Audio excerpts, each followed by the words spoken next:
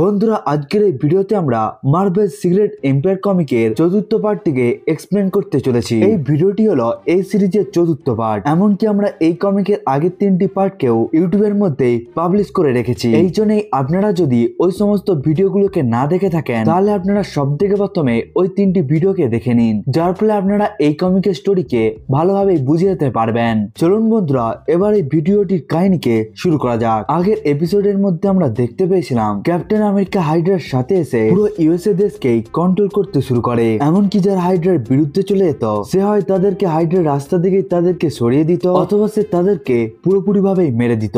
এমন ভাবেই রিক জোন্স, যে অ্যাভেঞ্জার্স টিমের অনেকজনের বন্ধু ছিল, তাকে হাইড্রার এজেন্টরা গুলি মেরে দেয়। কিন্তু রিক জোন্স নিজের মারা যাওয়ার আগে আয়রন ম্যান এবং তার টিমের কাছে একটি মেসেজকে পাঠিয়ে দেয়, যে মেসেজটির মধ্যে সে সমস্ত সুপারহিরোকে ক্যাপ্টেনের আসল সত্যটাকেই বলে দেয়। এমনকি সে এটিকেও বলে দেয় যে ক্যাপ্টেন এই কাজটিকে কেন করছে। অন্যদিকে ম্যাডাম হাইড্রা ক্যাপ্টেনকে এটি বলতে থাকে যে হাইড্রাকে এখন পুরো দুনিয়ার সাথে সাথে পুরো ইউনিভার্সের মধ্যেই শাসন করতে হবে, এবং এই কাজটিকে করার জন্য ক্যাপ্টেনের কসমিক কিউবের দরকার হবে। এই কথাকে শোনার পর ক্যাপ্টেন কসমিক কিউবকে খোঁজার জন্য বেরিয়ে পড়ে। কিন্তু এই সবের থেকে আলাদা একটি অজানা জায়গার মধ্যে আমরা একটি লোককে দেখতে পাই, যে একটি মেয়ের সাহায্যকে করছিল। কিন্তু ওই লোকটি আর কেউ নয়, বরং স্টিভ রজার্স ছিল। এবার আগের কাহিনীটি শুরু হয় আবার ওই অজানা জায়গা থেকে, যেখানে আমরা দেখতে পাই স্টিভ রজার্স ওই মেয়েটিকে সাহায্য করার জন্য তাকে কোলে করে একটি পাশের নদীর কাছে নিয়ে চলে আসে। কিন্তু ওই মেয়েটি খুবই বেশি ইনজার্ড ছিল, এই জন্যই সে স্টিভ রজার্সকে বলতে থাকে খুব তাড়াতাড়ি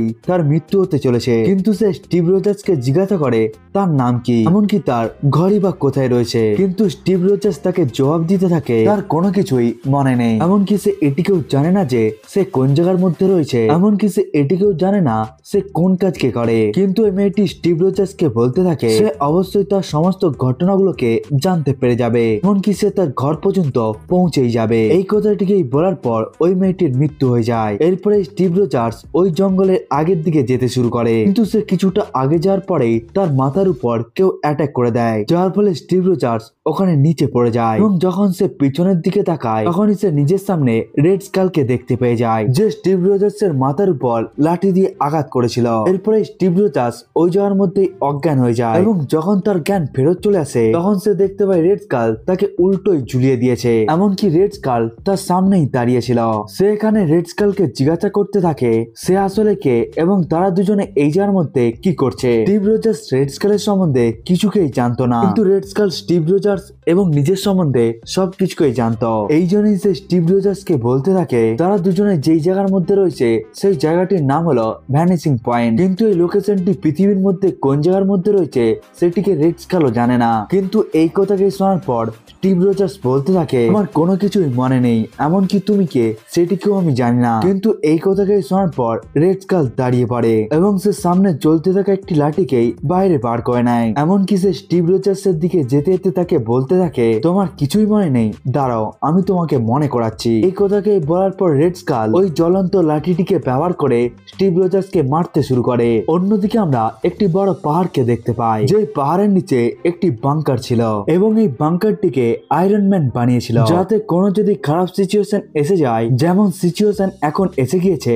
তখন সে যেন নিজেদের সাথীদেরকে মিলে এই জায়গার মধ্যে আসতে পারে। এবং আল্টনের কাছ থেকে কসমিক কিউবের টুকরোকে পার পর থেকে আয়রন ম্যান নিজের পুরো টিমদের সাথে এই জায়গাটির মধ্যে এসে যায়, যাতে ক্যাপ্টেন আমেরিকা তাকে না খুঁজতে পারে। এই বাংকারের মধ্যেই সমস্ত সুপারহিরোদের সাথে সাথে এমন কিছু লোক ছিল যাদেরকে হাইড্রা পুরোপুরি ভাবেই মেরে দিতে চাইতো। এই জন্যই আয়রন ম্যান তাদেরকেও এই জায়গার মধ্যে জায়গা দিয়ে দেয়। এরপরে আয়রন ম্যান যখন ওই বাংকারের মধ্যে নিজের সুপারহিরোদের সাথে কথা বলছিল, তখনই আয়রন ম্যানের স্যুট তাকে বিপদের সংকেত দিয়ে দেয়, যে সিগন্যালকে পেয়ে যাওয়ার পর আয়রন ম্যান জোরে জোরে চেল্লাতে শুরু করে, এবং সে সমস্ত সুপারহিরোদেরকে বলতে থাকে সিলকে চালু করো, এবং তাদেরকে সে বাংকারের গেটকে বন্ধ করে দেওয়ার জন্য বলে দেয়। কিন্তু এর পরের মুহূর্তের মধ্যেই আমরা সিল্ডের তিনটি হেলিক্যারিয়ারকে দেখতে পাই, যার মধ্যে ছিল ক্যাপ্টেন আমেরিকা নিজের পুরো টিমের সাথে। এখানে হাইড্রা ক্যাপ্টেন আমেরিকা এই জন্য এসেছিল কারণ সে আয়রন ম্যানের কাছ থেকে ওই কসমিক কিউবটিকেই ছিনে নিতে চেয়েছিল। এরপরে ওই হেলিক্যারিয়ার গুলো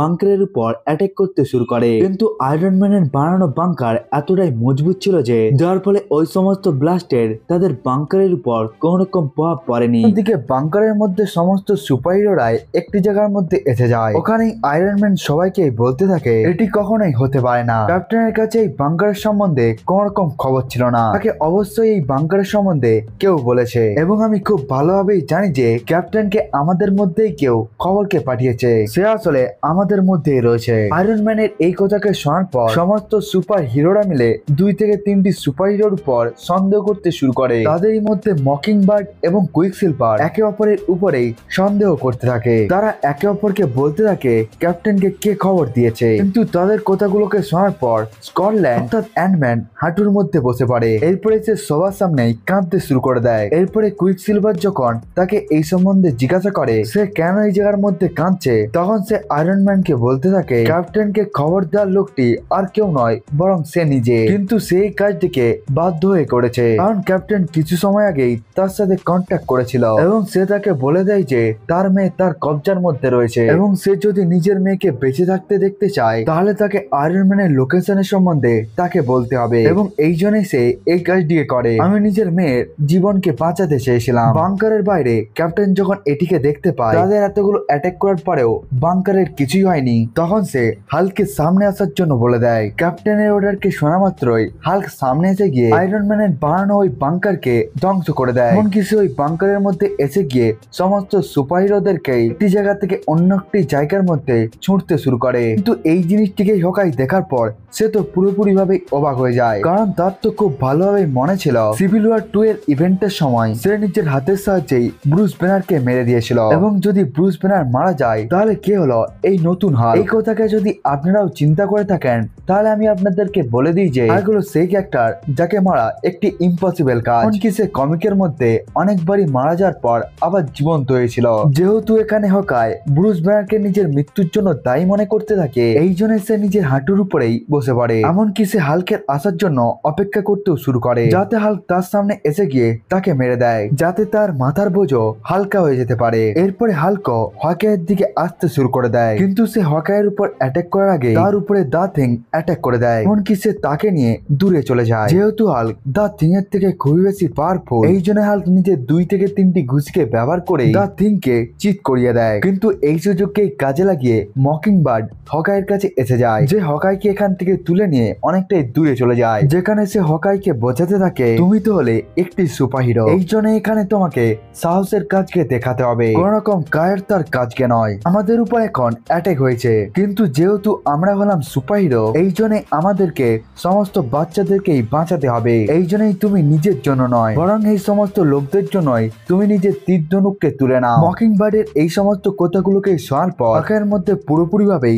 জোশ এসে যায় এবং সে বলতে থাকে হ্যাঁ হ্যাঁ আমাদেরকে লড়াই করতে হবে। এরপরে সে নিজের তীর ধনুককে তুলে নেয়, এমনকি সে ক্যাপ্টেনের টিমের উপর অ্যাটাক করতেও শুরু করে দেয়। অন্যদিকে বাংকারের মধ্যে আয়রন ম্যানের সামনে ক্যাপ্টেন এসে যায় এবং সে আয়রন ম্যানের উপর অ্যাটাক করে দেয়, যার ফলে তাদের দুজনের মধ্যেই খুবই ভয়ানক ফাইট শুরু হয়ে যায়। তারা আসলে দুজনেই বাংকারের নিচের বিল্ডিং এর মধ্যে ছিল, এমনকি হাল্ক তাদের উপরের বিল্ডিং এর মধ্যে লড়াই করছিল। এই লড়াইয়ের মধ্যে যখন ব্রুস ব্যানার হাল্ককে কন্ট্রোল করতে শুরু করে দেয় তখন হাল্ক অজ্ঞান হয়ে গিয়ে ওখানের মাটির মধ্যেই পড়ে যায়, কিন্তু হাল্ক নিচে পড়ে যায় জন্য ওই বিল্ডিংটি ভেঙে যায় এবং সে সোজা আয়রন ম্যান এবং ক্যাপ্টেন আমেরিকার উপর পড়তে শুরু করে দেয়, যার ফলে তারা দুজনেই একটি গর্তের মধ্যে পড়ে যায়। এই সমস্ত দৃশ্যকে দেখার পর আয়রন ম্যান এটিকে বুঝতে পেরে যায় যে সে এবং তার টিমের কোনো মেম্বারই ক্যাপ্টেন আমেরিকাকে আটকাতে পারবে না, এই জন্য এখন তার কাছে একটি মাত্র সুযোগ রয়েছে এই পুরো বাংকারকেই উড়িয়ে দেওয়া, যার ফলে ক্যাপ্টেন আমেরিকার সাথে সাথে তার হাইডার টিমরাও মারা যাবে। এই জন্য আয়রন ম্যান নিজের স্যুটকে কামান্ড দিয়ে পেন সিলেক্ট প্রোটোকলকে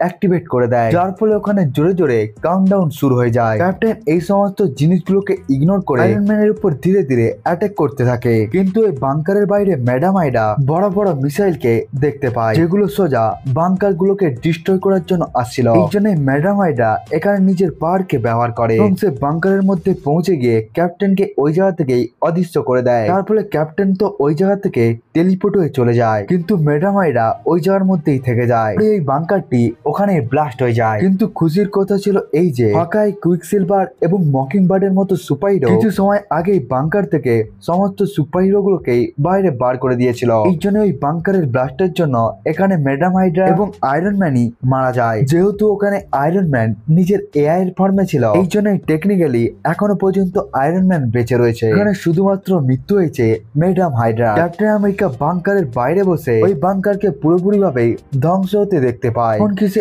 ওখানে জোরে জোরে চেল্লাতেও শুরু করে, এবং এটি এই জন্যই কারণ ক্যাপ্টেন আমেরিকা যখন থেকে হাইড্রার একটি এজেন্ট হয়েছিল তখন থেকে সে ম্যাডাম হাইড্রাকে নিজের মায়ের মতো মনে করত। এই জন্যই ম্যাডাম হাইড্রার মৃত্যু হয়ে যাওয়ার জন্য ক্যাপ্টেন আমেরিকা তো পুরোপুরি ভাবে ভেঙে পড়ে। এখানে ক্যাপ্টেন আমেরিকা এটি সিদ্ধান্তকে নিয়ে নেয় যে সে এখন পুরো দুনিয়ার উপরেই রাজ করবে, এমনকি যারা এখন তার রাস্তার মধ্যে আসবে তাকে সে পুরোপুরি ভাবেই মেরে দিবে। এরপরে আমরা ওখান থেকে অনেকটা দূরে ব্ল্যাক উইডোকে দেখতে পাই, যে ওই সময়ের মধ্যে আয়রন ম্যানের টিমের থেকে দূরে চলে গিয়েছিল যখন সে রিক জোনসের মেসেজকে দেখেছিল। কারণ সে রিক জোনসের মেসেজকে দেখে এটিকে মনে করছিল এগুলো হয়তো ক্যাপ্টেন আমেরিকারই একটি প্ল্যান, এই জন্যই সে এই টিম থেকে দূরে চলে গিয়েছিল। এখানেই যখন ব্ল্যাক উইডো বসেছিল তখনই তার পেছন দিক থেকে মাইলস মোরালেস এসে যায়। এখানেই তারা দুজনে বসে এটিকে প্ল্যান করতে থাকে তাদেরকে এখন যে কোনো পরিস্থিতির মধ্যেই ক্যাপ্টেনকে আটকাতে হবে, কারণ তারা যদি ক্যাপ্টেনকে এখন না থামায় তাহলে ক্যাপ্টেন এখন এই পুরো দুনিয়াকে ধ্বংস করে দিবে। এখানে ব্ল্যাক উইডো মাইল মোরালেসকে বলতে থাকে এখানে যাই হয়ে যাক না কেন সে ক্যাপ্টেনকে কখনোই পুরোপুরি ভাবে মারবে না। কিন্তু এই কথাকে শোনার পর মাইল মোরালেস ব্ল্যাক উইডোকে বলতে থাকে সে কেন এই কথাটিকে বলছে, সে তো এমনিতেও ক্যাপ্টেনকে মারতে পারবে না। কিন্তু ওই সময়ের মধ্যে ব্ল্যাক উইডো মাইল মোরালেসকে সিভিল ওয়ার 2 এর ঘটনাকে বলতে থাকে, যে কথাটিকে বলে সে মাইল মোরালেসকে নিজেকে কন্ট্রোল থাকার জন্য বলে দেয়। আপনারা যদি আমার মার্ভেল সিভিল ওয়ার 2 এর কমিকটিকে দেখে থাকেন তাহলে আপনি অবশ্যই জানবেন যে ওই কমিকের মধ্যে ওলিসিস নামক একটি ইনহিউম্যান সমস্ত সুপারহিরোকেই একটি ভিশন দেখিয়েছিল, যে ভিশনের মধ্যে সবাই এটিকে দেখতে পায় মাইল মোরালেস ক্যাপ্টেনের জীবনকেই নিয়ে নিয়েছে। এবং এই জায়গার মধ্যে ব্ল্যাক উইডো এটিরই ভয়কে পাচ্ছিল, কারণ ক্যাপ্টেন আমেরিকা অ্যাভেঞ্জারের ফাউন্ডিং মেম্বার হওয়ার সাথে সাথে সে ব্ল্যাক উইডোর খুবই ভালো একটি বন্ধু। এই জন্য ব্ল্যাক উইডো কখনোই চাইতো না যে ব্ল্যাক উইডো কোনো পরিস্থিতির মধ্যে মারা যাক বলে। অন্যদিকে মহাকাশের মধ্যে ক্যাপ্টেন মার্ভেলের টিম কোনোভাবে আলফা ফ্লাইট স্টেশনের মধ্যে পৌঁছে যায়, যেখানে সে পৌঁছে গিয়ে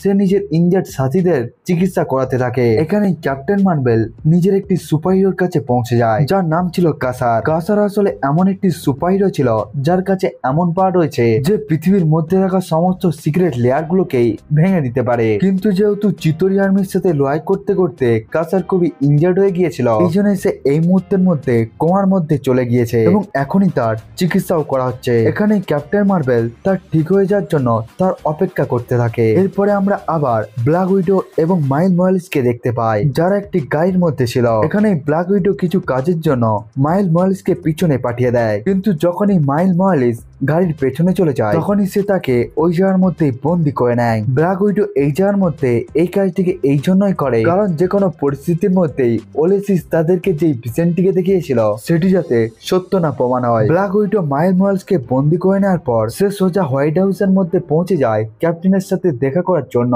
এখানে সে সমস্ত হাইড্রা এজেন্টকে এক এক করে মারতে মারতে ক্যাপ্টেনের কাছে আসার চেষ্টা করতে থাকে, কিন্তু এই সময়ের মধ্যে আমরা দেখতে পাই মাইল মোরালেস কোনোভাবে ব্ল্যাক উইডোর ওই সিকিউরিটি চেম্বারকে ব্রেক করে দিয়েছে এবং সে ওই জায়গাটি থেকেই বাইরে চলে যায়, যেখানে সে সোজাসুজি এসে যায় ক্যাপ্টেন আমেরিকার কাছে। অন্যদিকে দূর থেকে ব্ল্যাক উইডো এটিকে দেখতে পেয়ে যায় যে ক্যাপ্টেন আমেরিকা এবং মাইল মোরালেস একে অপরের সামনে এসে গিয়েছে এবং সে যেটির ভয়কে করে থাকে সেটি যাতে না হয় এই জন্যই সে এটিকে থামানোর জন্য তাদের দুজনের সামনে এসে যায়। এখানে ক্যাপ্টেনের সাথে মাইল মোরালেসের লড়াই শুরু হয়ে যায়, যে লড়াইয়ের মধ্যে ক্যাপ্টেন নিজের শিল্ডকে মাইল মোরালেসের দিকে ছুঁড়ে দেয়, কিন্তু ওই লড়াইয়ের মধ্যেই ব্ল্যাক উইডো মাঝখানে এসে যায় এবং ওই শিল্ডটি সোজা ব্ল্যাক উইডোর গলার মধ্যে গিয়ে লেগে যায়, যার ফলে ব্ল্যাক উইডোর ওই জায়গার মধ্যেই মৃত্যু হয়ে যায়। এই ঘটনাকে দেখার পর মাইল মোরালেস খুবই বেশি রেগে যায় এবং সে বারবার ক্যাপ্টেনের উপর অ্যাটাক করতে শুরু করে। সে এখানে ক্যাপ্টেনকে খুবই খারাপ ভাবে মারতে থাকে, এমনকি সে এতটাই মারে যে মারকে খাওয়ার পর ক্যাপ্টেন এখন পুরোপুরি ভাবেই আধমারা হয়ে যায়। এরপরে মাইল মোরালেস ক্যাপ্টেনকে উঠিয়ে নেয় এবং সে পাশের একটি ধারালো পাথরের মধ্যে ক্যাপ্টেনের বডিকে ঢুকে তাকে মারার চেষ্টা করতে থাকে। এখন কি মাইল মোরালেস ক্যাপ্টেনকে পুরোপুরিভাবে মেরে দিবে, অর্থাৎ সিভিল ওয়ার 2 এর মধ্যে পলিসির সুপারহিরোদেরকে যেই ভিশনটিকে দেখিয়েছিল সেটি কি এখন পুরোপুরিভাবে সত্য হয়ে যাবে, নাকি এই পুরো দুনিয়ার সব থেকে বড় আশা অর্থাৎ ক্যাপ্টেন আমেরিকা আজকেই মারা যাবে? আপনার মনের মধ্যেও যদি এই সমস্ত প্রশ্ন উঠে থাকে তাহলে আপনাকে অপেক্ষা করতে হবে এর পরের পার্টের জন্য, কারণ এর পরের পার্টের মধ্যেই আমরা এই কমিকের ফাইনাল পার্টটিকে জানতে চলেছি, যে পার্টের মধ্যে আপনারা আপনাদের সমস্ত প্রশ্নের উত্তরগুলোকেই জানতে পেরে যাবেন। বন্ধুরা, আজকের এই ভিডিওটি এতটা পর্যন্তই। দেখা হচ্ছে অন্য একটি ভিডিওকে নিয়ে, ততক্ষণের জন্য বাই বাই।